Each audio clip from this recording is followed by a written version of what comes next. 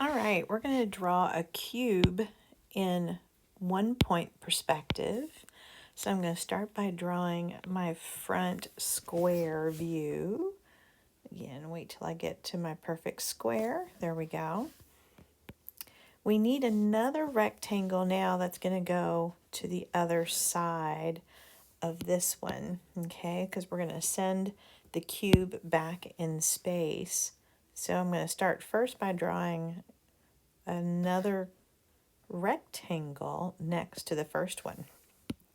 Of course, this now is side by side, so I need to take the individual anchor points and move them so that they're going back into space. So I'm going to send that one back, and then I'm going to move that one at a similar angle. So look for the angle at the bottom to be similar to the one at the top, so they're going away from us at the same rate. All right, next we need another rectangle that's going to be our top lid.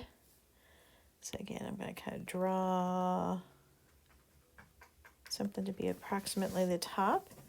Okay, now we're going to have to move some anchor points around. So I'm going to come back to my direct selection tool, grab that guy. Whoops, there we go. Put him there at the front corner. Put that one at the back corner.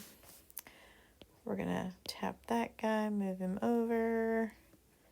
Tap that one, and again I'm going to try and the magenta line tells me that I'm perfectly horizontal there in the back, and there we go. So now we have a top lid and a side to our cube. One last thing we need is if we are playing with some kind of light source, and we've done this before in some of the other videos. Let me pop on, there we go. If my light source is coming from over here off to the left a little bit, that means that our shadow is going to have to happen somewhere over here on the right hand side of our cube. So I'm going to draw myself a rectangle to kind of be our cube. Let me move our cube's shadow. All right, so let's see through this just a little bit so we can kind of see where we're going, right? Okay, here we go. So now I'm going to move some anchor points around. I'm going to come here. Oop, get to my direct selection. There we go. That's better. Now I can tap one at a time and move it where I need it to go.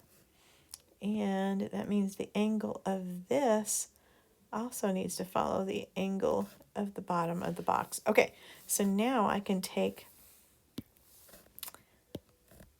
that back up for a moment. All right, so now let's talk about gradients, right? So we need to fill our cube with some kind of a gradient. So that means on this side, it's away from the light a little bit. It's going to be kind of a medium value. This one is going to be fairly light, and this one's going to be fairly dark. Depending on what color we choose, that means it's going to be different values of the same thing. So let's start with a gradient first for this side that we see here. It's going to be more of a medium color. So let's play with green. Okay, so let's pick kind of a medium green. Okay, so for this, it's kind of a medium green and it's going to black. Well, it's not going to go all the way to black. So I'm going to click on this back one here, and we're clicking to, let's go to a little bit of a darker green, but not totally to black, right? There we go. So that's a sort of a medium to medium dark side. All right, so I'm going to come up here to this one, and this one's going to be light, right? So I'm going to tap on this, go for gradient. I'm in this middle section again, and I probably want something maybe a little bit lighter. Oh, gradient, Miss Martin. There we go. So we're going to angle the light here. Let's see. Let's go for this first guy here. Let's go a little bit lighter there. And then we're going to go a little bit more of the medium green. Actually, let's go a little bit lighter here. There we go, to our medium green in the back.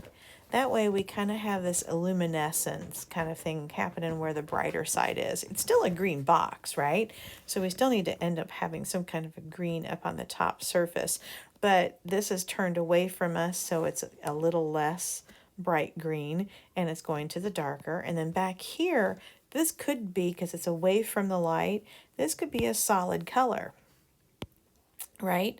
So we could choose this to be an even darker, slightly darker green than what we had before. So I'm going to take off the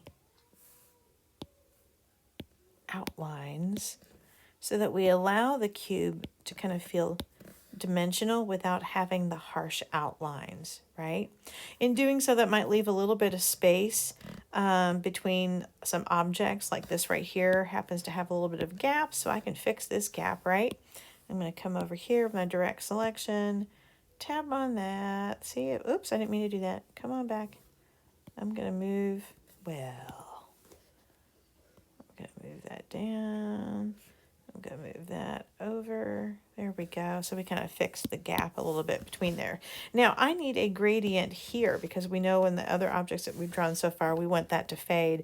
So I'm going to come up here and we're going to go to the gradient. We're going to do the span where it kind of starts a little bit darker and eases off.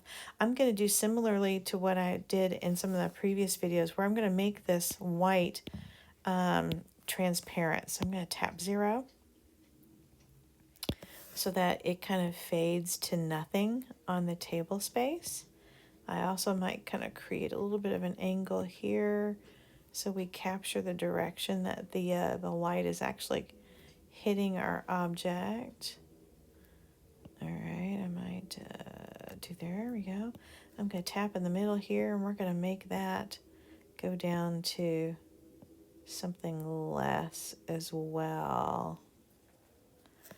Okay, because that means whatever we end up placing here for a table color, it might be helpful to have that kind of fade.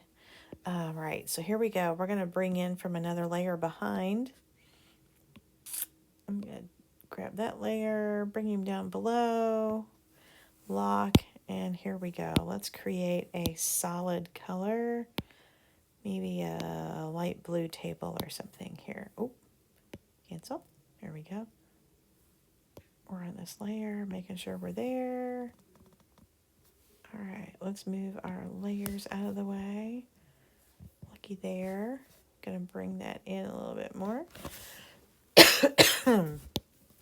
All right, looks like I went a little too pale here on my layer on the ground. So I'm gonna come back and adjust that a little bit. I'll go here to our layers. Let's click on that gradient. All right, so this gradient guy here got a little too low. So let's click that and bring that up a little bit so it isn't so negative there. There we go.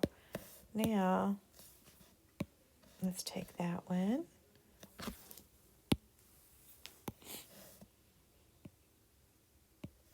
We still want that to be somewhat faded in opacity.